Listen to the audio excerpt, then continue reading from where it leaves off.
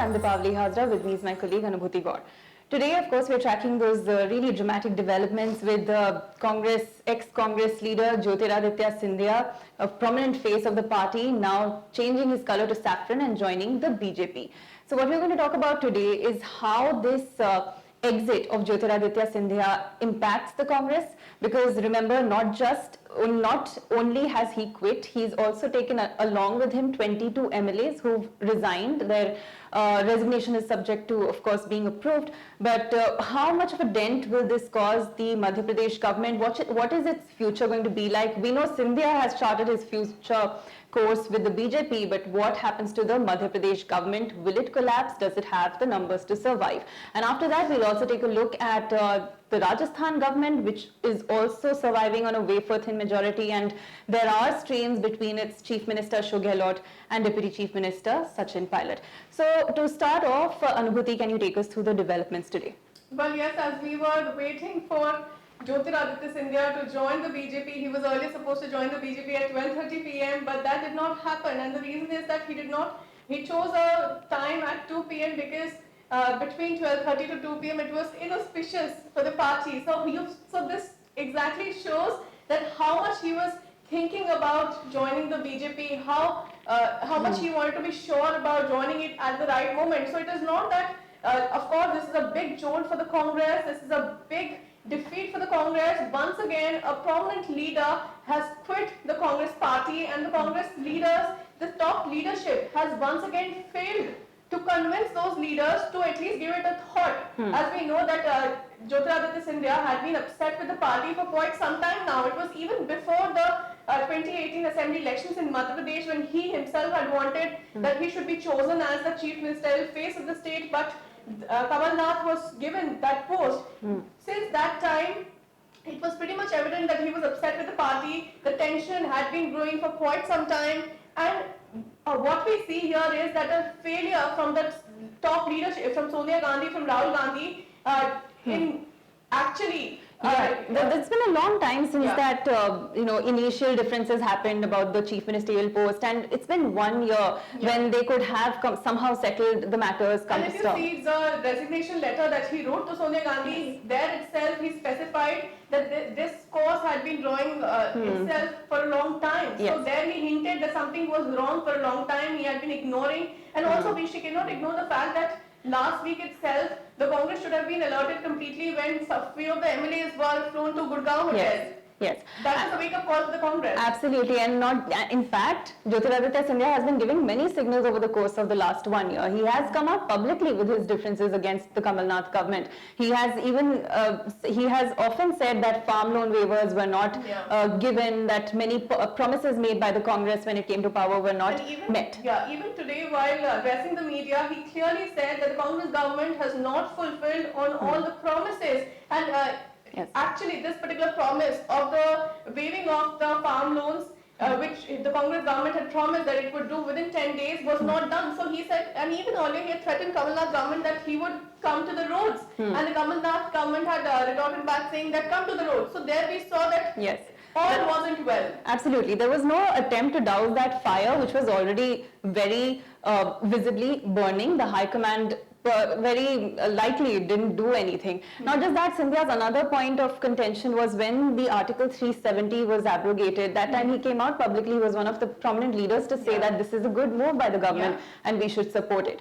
So, of course, that was Scindia's entire grouse with the Congress party that we've discussed, and today he said he's going to chart a new course, he's taken a new path in life. And today, as he's already joined the BJP, you can see him heaping praises on Prime Minister Narendra Modi. He's already changed his color to saffron. Right, he has. And also, we now need to discuss about what happens to other Congress governments in states like Rajasthan, in states like Maharashtra, where it was difficult for it initially to form a government. Rajasthan, yes, because Rajasthan has a very thin majority, and over there also initially there was a strain between Chief Minister Ashok Gehlot and Deputy Chief Minister Sachin Pilot. Sachin Pilot let the old guard take the center stage, and he himself relegated back to the deputy chief minister's post. But Scindia did nothing of this sort. When he was offered the deputy chief minister post, he said no thank you. Then he was given a posting as the Congress general secretary in charge of UP, and since then things just went downhill. He was obviously, we know how badly Congress did in the UP elections, and well, all of that. Wanted to, and the other bone of contention was the fact that he had wanted to become the president of the state unit, yes. which also he wasn't made. Exactly. So now we are looking at more Congress leaders who have often, Congress, even if it has won, it has somehow retained power in some states like Maharashtra and Rajasthan. Over there is conflict between the leaders of the party itself. For instance, in Rajasthan, of course, which is there are speculations whether Sachin Pilot will be the next rebellion. Yeah. Although his nature is very of a great contrast to Jyotiraditya Scindia. We don't know what he will do, but there have been differences between him and the chief minister. He has come out and publicly criticized the government, Rajasthan government, about the way it handled the deaths in the Kota hospital. Apart from that, if we look at Maharashtra, there's Milind Deora and Sanjay Nirupam at loggerheads. Yes, it's very publicly out there. And apart from that, before the Lok Sabha elections, there was Jitin Prasad, who almost quit the party, and Jyotiraditya Scindia apparently spoke to him and somehow retained that leader. So there have been rebellions, there have been differences between these young dynamic leaders who've been trying to come to the forefront, but have been denied that leadership role by the High Command. Yeah, and also what we've seen is that if a prominent leader, someone of the stature of Jyotiraditya Scindia, if he leaves, then along with him he's also taking 22 other MLAs, and he's actually toppling the entire government, which is the major concern here. Exactly. So let's look at how the Madhya Pradesh government is going to survive. So here I have the figures. 230 is the total strength of the House of the Madhya Pradesh Assembly. Now the Congress plus its allies, that is 2 BSP MLAs and 1 SP MLAs plus some independents, they all come to the figure of 117. This is what it was erstwhile, before Jyotiraditya quit and before those 22 MLAs resigned. Now if these 22 MLAs resignations are accepted, then what happens is that the strength of the House comes down to 208 and the halfway mark reaches 104. And because of this revised halfway mark, now Congress loses 22 MLAs, so its strength was 117, it goes down to 95. And BJP is already 107.